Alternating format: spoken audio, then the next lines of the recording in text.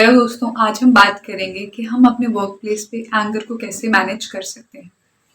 हम सारे चाहते हैं कि हमारा जो ऑफिस का एनवायरनमेंट है वो काफ़ी पॉजिटिव हो, उसकी प्रोडक्टिविटी भी हाई हो, टर्नओवर रेट भी हाई हो एंड आपस में जो टीम है वो कोऑपरेट करे एंड उसमें वो सेटिस्फाइड भी हो।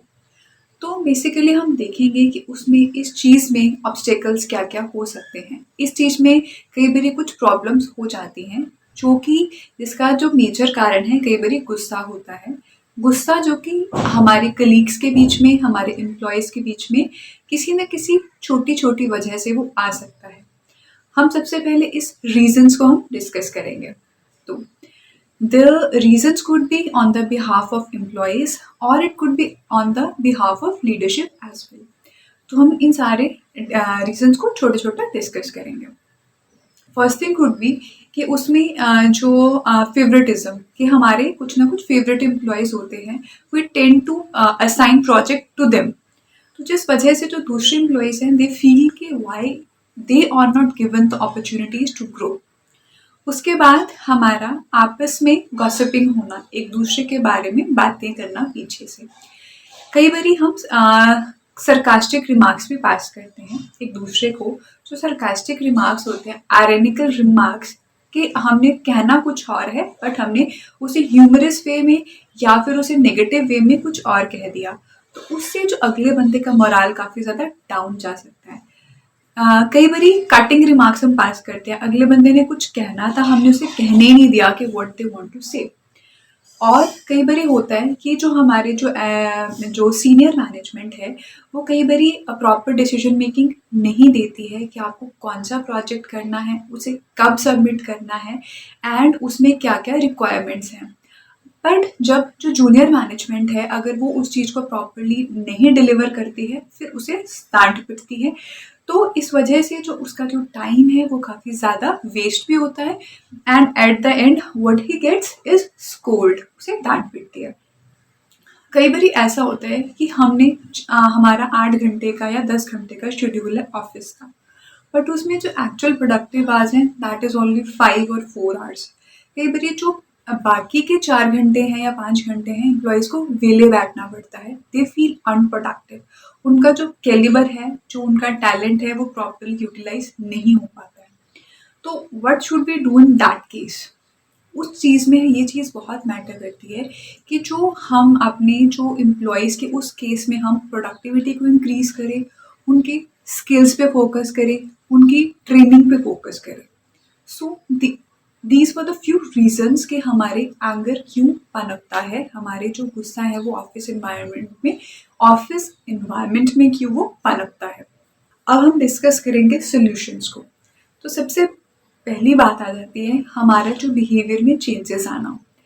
तो कई बारी हमें माइक्रो मैनेजमेंट की आदत होती है, हम अपने एम्प्लॉयज़ को क्रिटिसाइज करते रहते हैं बार बार, हम उन पर ट्रस्ट नहीं करते हैं। First thing is building trust. For building trust you have to trust someone, ताकि वो आप पर भी ट्रस्ट करें।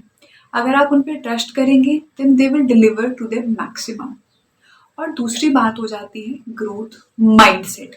This mindset is very very important. अगर हम ये सोचेंगे कि कहीं हमारे जो नीचे जो जूनियर मैनेजमेंट है या जो हमारे डाउनलाइन है कहीं वो हमसे आगे ना निकल जाए, अगर हम ये माइंडसेट से चलेंगे तो उस केस में आपकी लर्निंग एंड आपके जो जूनियर्स जो आपके हैं उनकी लर्निंग काफ़ी ज़्यादा वो अफेक्ट हो सकती है।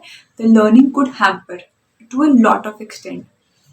द पॉइंट इज अगर वो ग्रो करेंगे तो आपकी जो ग्रोथ है वो भी काफ़ी ज़्यादा बढ़ेगी, because it is said that if others will grow then you will grow. जो हम दूसरों को देते हैं वो हमारे पास मल्टीपल टाइम्स होकर रेसिप्रोकेट होती है। सो ग्रोथ माइंडसेट के साथ चलना कि अगर लेट सपोज हमने कोई फीडबैक देने की ज़रूरत है, उसे फीडबैक भी दो प्रॉपरली। अगर वो आपको फीडबैक दे रहे हैं कि इस चीज़ में इम्प्रूवमेंट की ज़रूरत है तो उस चीज़ को भी प्रॉपरली लिसन करो। ऐसा ना हो कि टाइमली हम उस चीज़ को इम्प्लीमेंट ही ना कर पाएँ एंड हमारे कॉम्पिटिटर्स हमारे से आगे निकल जाएं। अगली बात आ जाती है, कई बारी जो हमारे जो कॉम्पिटिटर्स हैं या हमारे जो दूसरे कलीग्स हैं, वो हमें मैनिपुलेट करने की कोशिश करते हैं। वो कुछ ऐसे स्टेटमेंट्स कहते हैं ताकि हम कुछ गलत बोल दें, ताकि दूसरों के सामने हमारा जो एक नज़रिया है वो गलत बन जाए। तो उस चीज़ को उस चीज़ के लिए हमें चाहिए होता है कि हम एक ऐसा प्री रिस्पॉन्स सोच के रखें कि अगर हमें कोई दूसरे हमें चाहते हैं कि हम गुस्सा करें या हम कुछ गलत स्टेटमेंट्स बोलें, तो हम उस चीज़ में कैसे रिस्पॉन्ड करें। This thing is very important for businessman, entrepreneurs, athletes, coaches, because उस चीज़ में काफ़ी ज़्यादा हमारे कंपटीशन होता है एंड जो दूसरे लोग हैं हमें बदनाम करने की कोशिश कर सकते हैं in front of social media और मीडिया। तो इस चीज़ के लिए this was all about the behaviour part कि हम अपने बिहेवियर को कैसे देख सकते हैं। उसके बाद आ जाती है हमारी रिस्पॉन्स ट्रेनिंग कि लेट सपोज अगर हमारे सामने अगला बंदा बहुत गुस्से में बात कर रहा है, तो हमें उस चीज़ में कैसे रिस्पॉन्स करना है। हमारे जो एम्प्लॉयज़ हैं या हमारे कोलीग्स हैं, if they are in anger, उन्हें कोई दिक्कत है तो हमें उन्हें प्रॉपरली लिसन करना चाहिए एंड देन असर्टिवली रिस्पॉन्ड करना चाहिए, एक मिडल पाथ निकाल के, कि ताकि आपकी भी बात रह जाए और अगले के बंदे की बात भी रह जाए। अगर अगला बंदा बहुत ज़्यादा गुस्से में है तो लेट हिम काम डाउन, उसे टाइम दीजिए कि वो अपना गुस्से को पहले शांत करे। एंड अगर आपको भी आ रहा है तो देन आप भी अपना टाइम लीजिए, कुछ ब्रेक ले लीजिए कुछ टाइम के लिए and then talk to each other. इसके बाद हमारा आ जाता है वेलनेस स्किल्स एंड प्रोग्राम्स। जो वेलनेस स्किल्स एंड प्रोग्राम्स में सबसे मेजर पार्ट होता है एंटरटेनमेंट।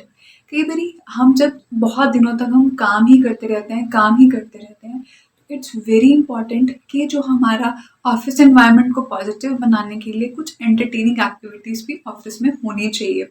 फॉर एग्जाम्पल कभी पिक्शनरी खेल ली, तो कभी बाहर चले गए आउटिंग के लिए, तो कभी आपस में बैठ के कोई नॉर्मल गेम्स खेल ली। उससे क्या होता है कि उससे जो इन्वायरमेंट है वो काफ़ी ज़्यादा एक अलग डायरेक्शन में चेंज करता है एंड आपस में जो टीम्स अगर का बैठ के खेलेंगे तो उनका जो रिलेशनशिप है वो भी काफ़ी स्ट्रेंथन होता है।